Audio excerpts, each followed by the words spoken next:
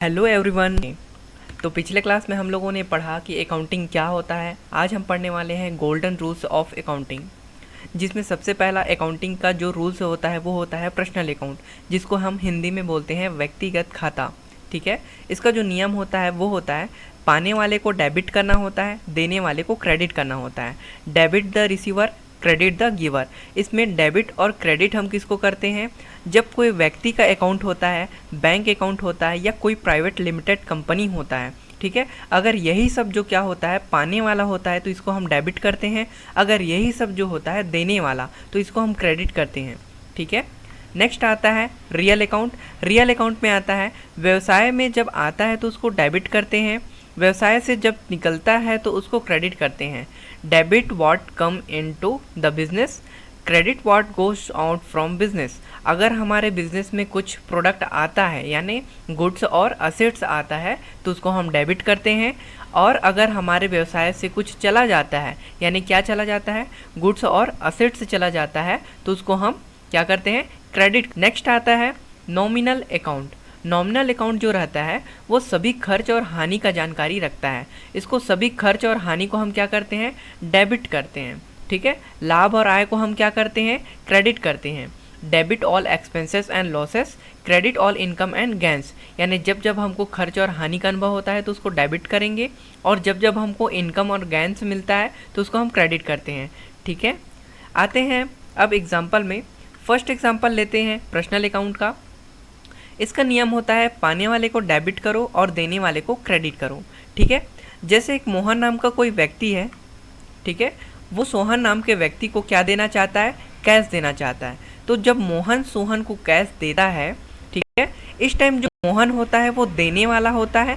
क्या दे रहा है, कैश दे रहा है, तो देने वाला होता है क्रेडिट, और सोहन जो होता है वो पाने वाला होता है कैश को, इसलिए इसको डेबिट करते हैं। ठीक है, अब एक और एग्जांपल से समझते हैं। मोहन अब पैसा जमा करने बैंक आया है। ठीक है, तो यहाँ भी क्या होगा, पाने वाले को डेबिट करना होगा और देने वाले को क्रेडिट करना होगा। तो यहाँ कौन होता है, मोहन आता है। ठीक है, कैश लेके मोहन क्या करता है, यहाँ पहुँचता है। तो फिर ये जो कैश होता है उस कैश को मोहन क्या करता है, बैंक में जमा करता है। ठीक है, तो जब मोहन बैंक में जमा करता है तो मोहन देने वाला है, उस टाइम मोहन जो रहता है वो क्रेडिट होता है। ठीक है, और बैंक जो रहता है वो डेबिट होता है, क्योंकि वो कैश को पाने वाला होता है, यानी वो कैश को पाता है तो उसको हम क्या करते हैं, डेबिट करते हैं। ठीक है, ऐसे ही रियल अकाउंट में क्या होता है, गुड्स और असेट्स जो रहता है बिजनेस में आता है तो उसको हम डेबिट करते हैं, और चला जाता है तो क्रेडिट करते हैं। तो इस टाइम अगर हम क्या करते हैं, कंप्यूटर परचेस करने जाते हैं यानी कंप्यूटर खरीदने जाते हैं किसी दुकान में, तो हम क्या करते हैं, कैश रखते हैं।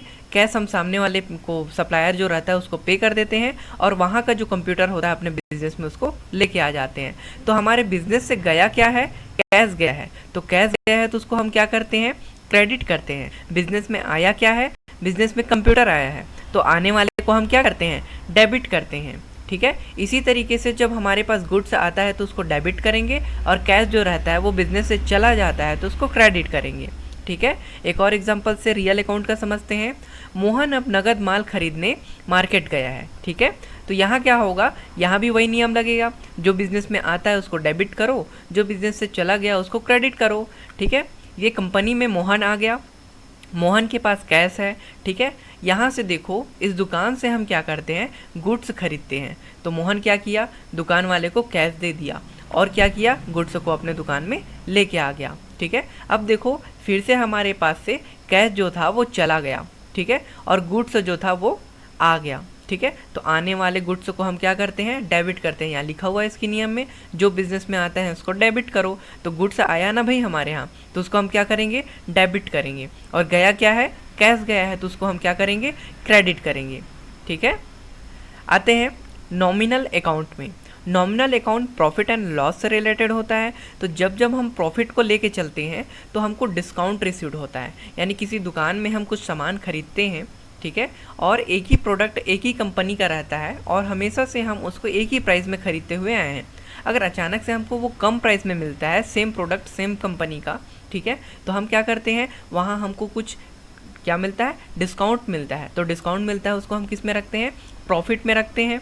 ठीक है, कमीशन रिसीव होता है, यानी कहीं से भी आपको कमीशन मिलता है, रिसीव करते हो तो भी से आप प्रॉफिट में रहते हो, ठीक है। सैलरी रिसीव होता है, सैलरी रिसीव होता है तो हम क्या करते हैं, तो भी से प्रॉफिट में रहते हैं, ठीक है। तो इसको सब हम क्या करते हैं, क्रेडिट करते हैं। जब जब हम प्रॉफिट में रहते हैं, लाभ में रहते हैं, तो हम इसको क्रेडिट करेंगे, ठीक है। अगर मैं आप लोगों को बोलता हूँ कि हमको क्या हुआ है, डिस्काउंट रिसीव्ड हुआ है, तो आप समझ जाना क्रेडिट होगा। कमीशन रिसीव हुआ है तो आप समझ जाना क्रेडिट होगा।